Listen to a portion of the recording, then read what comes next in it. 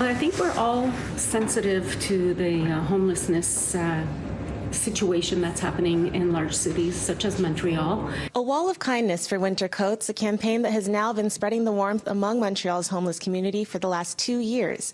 With temperatures dropping for the unhoused, a winter coat can make all the difference. It's what community aid groups Renaissance and Accueil Bonneau say many need. Not all homeless people have an organization to look after them, so the idea was to try and help as many people as possible. So we're super happy to give Accueil Bonneau 2,519 coats, but we know hundreds of other coats were taken by people in need as well. Montrealers were invited to leave their coats at one of 4 designated walls set up in the city. People can leave coats at any time of day, and we've witnessed that sometimes the walls were very full, and later on during the day they were empty. We have friends who are sleeping in camps or literally on the street next to heating ducts next to the buildings.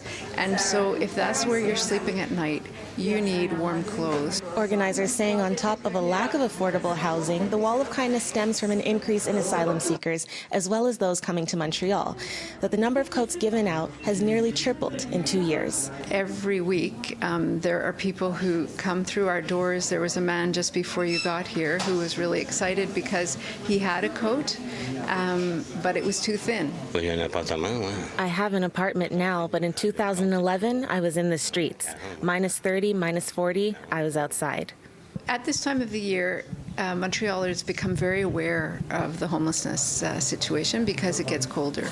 However, people are living on the street all year round.